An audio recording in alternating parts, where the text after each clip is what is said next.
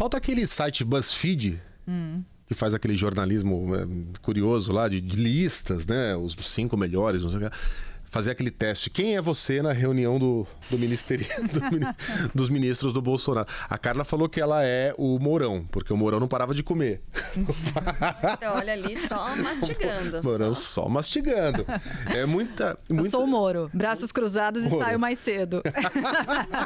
Passou o tempo todo de braços cruzados. Eu tô mais pro Nelson Teich. O Teich tava ali... Uma pescada de novo.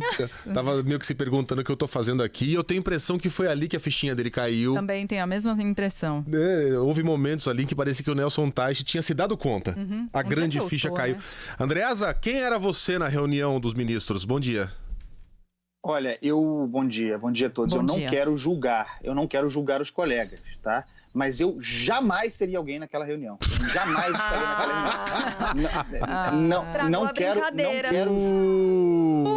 Não quero. Vejam, não Pegou quero a bola e foi pra casa. Não quero fazer juízo moral dos colegas, fizeram as suas escolhas, mas eu acho que a pessoa sempre tem a opção de não estar na reunião, de não integrar o ministério de Jair Bolsonaro. Seria a minha opção. Falou tá bom. assim, já é o Weintraub. Obrigado. Eu sou...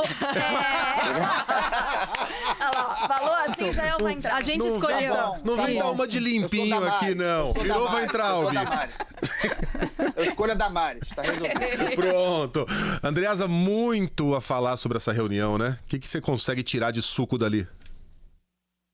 Primeiro, a questão jurídica, né? Se criou muita expectativa sobre essa reunião, uma expectativa que geralmente tende a, uma vez vista, tende à frustração. É preciso tomar cuidado com isso. A tal ideia de que haveria nesse vídeo uma bala de prata, uma prova devastadora contra o presidente da República. Isso foi cultivado ao longo do período em que esperávamos Celso de Mello liberar o vídeo, pelo lado, chamemos, morista, né, lavajatista da peleja contra o presidente da República. Se criou uma expectativa muito grande de que seria possível, num vídeo, numa reunião ministerial, com falas difusas, que pudesse haver ali uma prova definitiva, uma bala de prata per se. Não existe bala de prata, nunca poderia ter existido.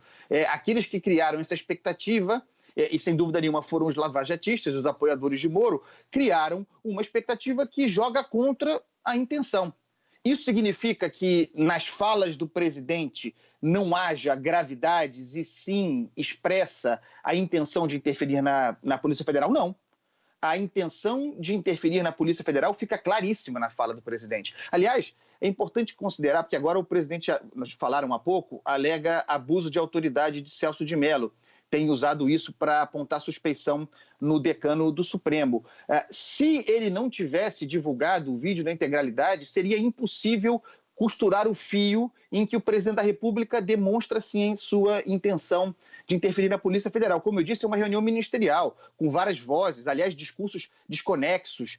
Esse é outro assunto. Ao longo dessas 2 horas de conversa, mais ou menos, em 4 etapas diferentes, em contextos específicos, o presidente da República encaixa a sua vontade de interferir na Polícia Federal. Fica claro, claríssimo, que não tem nada a ver com a segurança física dos seus familiares. Inclusive porque ele inclui amigos nessa lista. E amigos seus jamais poderiam ter a segurança garantida pelo GSI. É outra coisa. Ao longo de no curso desses 4 momentos, no total da conversa em que o presidente fala de Polícia Federal, de intenção de interferir, de botar a mão ali, expressa a ideia de que ele se sente perseguido em termos de informação. Ele fala de perseguição a seus familiares. Não é perseguição contra a integridade física das pessoas, é perseguição, boato, é denúncia, é forja de provas. Isso tudo vai sendo costurado pelo presidente também, sempre cobrando diretamente de Sérgio Moro, difuso ali entre os ministros, mas olhando para Moro em alguns momentos, ação política, alinhamento político, manifestação de apoio, que tome a palavra, que tenha consciência política, que se integre àquele governo, aos valores daquele governo. Nesse conjunto todo, daí porque tão necessária juridicamente a divulgação do vídeo inteiro, fica claro, sim, que o presidente tinha a intenção de interferir na Polícia Federal. Agora, é uma prova per si? talvez fosse, eu estava até brincando com isso, talvez fosse se o Procurador-Geral da República fosse o Deltan Dallagnol e as práticas fossem aquelas da Lava Jato. Aí sim, você pegava esse vídeo aí e fazia uma denúncia. Já vimos isso acontecer muito. Não é. O Procurador-Geral da República é Augusto Aras.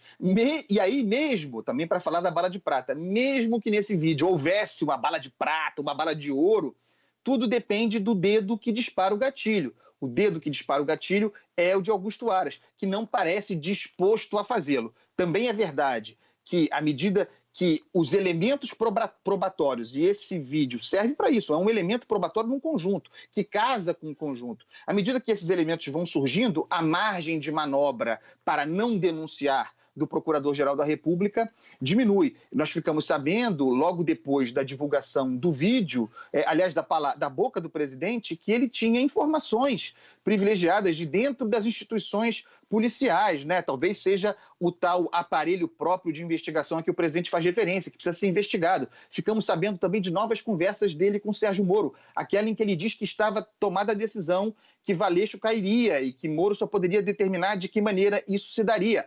Casa, portanto, com os elementos já havidos sobre a intenção de interferir na Polícia Federal com preocupações pessoais, particulares, que não têm a ver com segurança na ponta, mas sim com a proteção dos seus e dos seus amigos de investigações e forja de investigações e perseguição, tudo que nós sabemos sobre teoria da conspiração, que é um dos pilares fundamentais do bolsonarismo. E aí, pessoal, eu não sei se dá tempo, tem todas as outras questões graves da conversa, mas em matéria jurídica, me parece ser isso aí, um elemento a se somar a um conjunto probatório que cerca Augusto Aras, mas que para ser uma bala disparável depende do gatilho, do dedinho de Augusto Aras, aquele dedinho está bem travado. Ô, Andreasa, não lhe impressionou o fato, a mim sim, de que essa turma, ela fala entre quatro paredes exatamente aquilo que diz fora delas? Vou explicar. A ameaça comunista, o golpe comunista está chegando se não fizermos nada. Eu sinceramente fiquei impressionado de ver como o discurso intramuros é idêntico àquele para consumo externo. É coerente. Gente, quem é que está preparando o que? O Fórum de São Paulo? Hoje o Fórum de São Paulo tem o poder de um grêmio estudantil. Quem é que está preparando esse golpe que parece tão iminente na cabeça dessa gente? Desculpa, Sheila. Não, mas aí eu queria só complementar, e aí eu ouvi o Andreasa um pouquinho sobre isso, porque aqueles apoiadores do presidente e do seu governo e que pensam exatamente dessa forma, enxergam nisso muita autenticidade. Quer dizer, aquilo Sim. que se fala dentro de uma reunião, fala-se fora também, enxerga-se aí Sim. verdade, transparência, autenticidade. Eu queria ouvir de você, Andreasa, sobre isso. E se esse vídeo, no final das contas, não acaba só dividindo... servindo para nada, digamos assim, né? Tem o grupo que nem precisava desse vídeo para fazer as suas críticas a esse governo e aquele grupo para quem o vídeo só fortalece a figura do presidente da República, não é? Sheila, o conjunto do vídeo, em termos de mensagem política, dá energia para os apoiadores do presidente da República.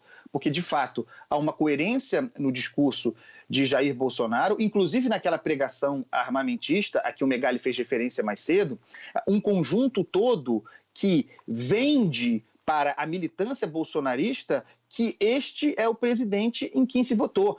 Nós não podemos olhar, quer dizer, é uma sugestão, não podemos olhar para o conjunto de falas naquela reunião, inclusive a do Abraham Weintraub, com os nossos filtros exclusivamente, com os nossos valores, para os quais aquilo seria um absurdo. A ideia de prender vagabundos ministros do Supremo, a pregação fartamente armamentista do presidente da República, que não tem nada a ver com a segunda emenda americana, não é a defesa do Estado e da sociedade contra a ascensão de uma tirania, é a pregação explícita do presidente para que a população fosse munida, indo às ruas contra governadores e prefeitos que tomam medidas restritivas em tempos de exceção, medidas temporárias.